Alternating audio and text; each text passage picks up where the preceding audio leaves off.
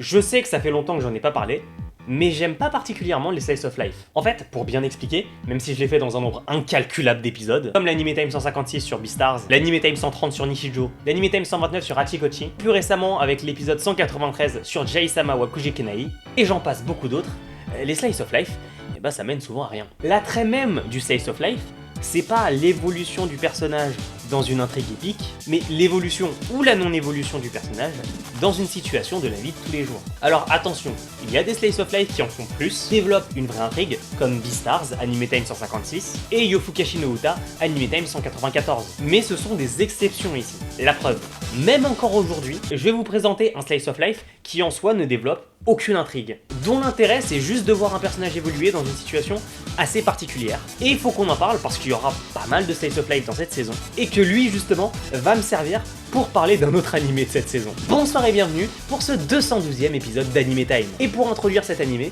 laissez-moi vous présenter un outil particulier de cet épisode, une boîte d'œufs. Durant cette vidéo, je casserai des œufs à des moments opportun, en vous présentant une œuvre courte, mais avec des personnages hauts en couleur, et connus surtout pour un seul et unique mème, Oni-chan wa Oshimai. C'est parti.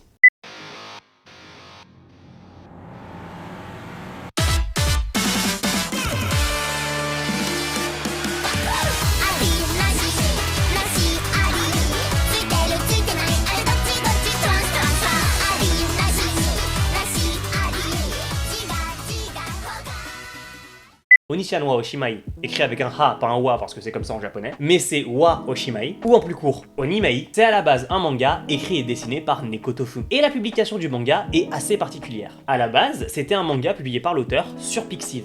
Quand ça marche, ça permet aux autoristes de gagner de l'argent plus facilement via des dons, et c'est aussi une preuve que le format digital, ça marche en soi. Y a pas que Neko Tofu qui a eu un manga prépublié grâce à ça. On peut reparler du cas d'Ijiranaide Nakatoro-san, Metime 141 et de son auteur Nanashi. Mais pour revenir au manga, de base publié sur Pixiv depuis 2017. Il est aussi prépublié dans le magazine Monthly Comic Rex, un magazine de la maison d'édition Ishijinsha, qui publie également le manga en 8 volumes actuellement au Japon, et j'ai évidemment un volume qui me manque. En dehors des frontières nippones, c'est l'Amérique du Nord qui va s'illustrer avec Kodansha USA, qui publie les tomes d'Onimai en version digitale. Et l'année dernière, ce petit manga a eu le droit à son adaptation en animé. Le studio qui est en charge de cette adaptation, le studio Bind.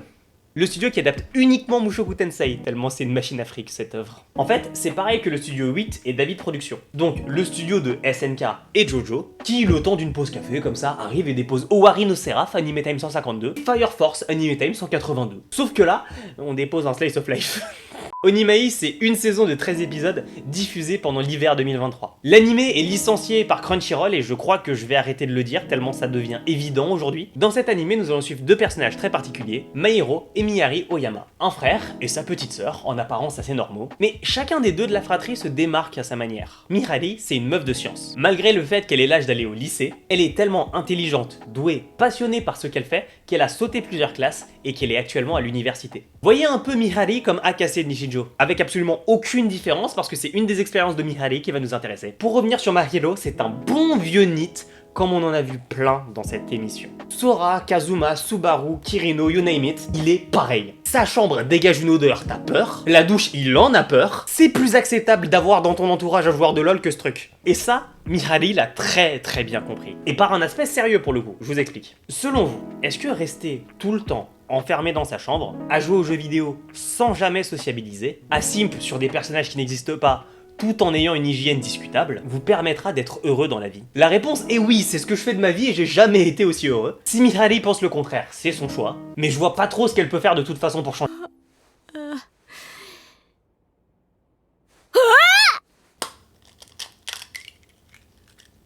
Ah ouais, d'accord. Donc Mihari, dans le plus grand des calmes, a trouvé un moyen de transformer Mahiro en meuf. En plus de ça, plus jeune qu'elle, donc ayant l'âge d'aller au collège, et il n'a pas d'autre choix que d'apprendre à vivre en tant que meuf, parce que sa sœur ne peut pas faire quoi que ce soit pour inverser les effets. C'est terrible pour Mahiro, c'est sûr. Il va devoir tout réapprendre déjà, genre comment s'habiller, apprendre également à vivre dans son nouveau corps, se faire également des nouvelles amies et profiter de la vie en plus de tout ça. Bref, je pense que vous avez compris. Je peux pas vous détailler toutes les conneries qui vont arriver. Sauf ceux mêmes où Mahiro se retrouve dans une énorme paire d'arguments. Donc si vous voulez découvrir le périple de Mahiro, le temps où il sera obligé de vivre dans le corps d'une meuf, allez voir Onimai I'm Now Your Sister par vous-même. Pour conclure sur Oni-chan wa Oshimai, c'est clairement pas une œuvre à laquelle je m'attendais autant d'accrocher. Pour un slice of life sans réelle intrigue, vraiment, je pense qu'elle a tout pour elle. Pour commencer, c'est le studio qui a adapté Mushoku Tensei, donc c'est putain de bien fait, putain de bien animé, et surtout putain de bien rythmé. Le choix de l'opening est un banger absolu, j'ai pas osé le skip une seule fois. J'avais trop peur de le chanter à tue-tête pendant les épisodes. Et vous vous rendez pas compte que depuis que le concept de gender swap existe dans l'animation japonaise, il y avait pas vraiment eu d'animé qui se base uniquement sur ce précepte. Bon, il y a quelques bribes, comme dans Maria Holic, ou même avec Riko Toraboru, Anime Time 2 et 101, mais à part ça, bah il y en a pas vraiment. Même du côté des Ecchi. Et je trouve ça un poil nul. Les deux seules fois où j'ai vu une œuvre similaire dans ma vie, c'est évidemment avec Ranma 1/2, mais ça c'est un cas d'école, un classique de ce genre d'œuvre, et avec un animé coréen, Bagel Girl, mais à part ça, rien. Ça intéresse que les gens qui traînent sur RGRL, une œuvre comme ça. Genre, y a pas un public intéressé par une œuvre qui est l'illustration parfaite du même Deep West, Troy et Cherty. Non, vraiment, j'aimerais voir la statistique. S'il y a des gens sur RGRL qui peuvent faire un sondage du nombre de personnes qui ont regardé Oni-chan wa Oshimai, parce que j'ai l'impression que c'est un rite de passage là-bas. Mais sinon, sur les 2 points les plus importants, l'intrigue et le contexte de l'œuvre, bah c'est plus qu'un sans faute. En fait, comme il y a pas masse de personnages, même en 12 épisodes, on les développe suffisamment pour qu'on voit un minimum d'intérêt en leur existence. Même Miharu, Kaede, Momiji, Asahi et Mio, bien qu'assez vus et revus comme personnages, sont bien intégrés au point de l'œuvre. Comment Mahiro va réussir à s'en sortir en vivant en tant que fille dans un monde qu'il a toujours connu en tant qu'homme. C'est sans déconner très intéressant, bien qu'un peu exagéré pour le comique de situation. Mais il n'empêche que pour l'intrigue, il y en a une. Dans l'anime, en vivant en tant que fille, Mahiro évolue. Mahiro avance, et c'est ça qui fait vraiment l'intérêt d'Onimai. Tu viens pour savoir comment Mahiro va avancer. Mahiro avance, il y a une conclusion,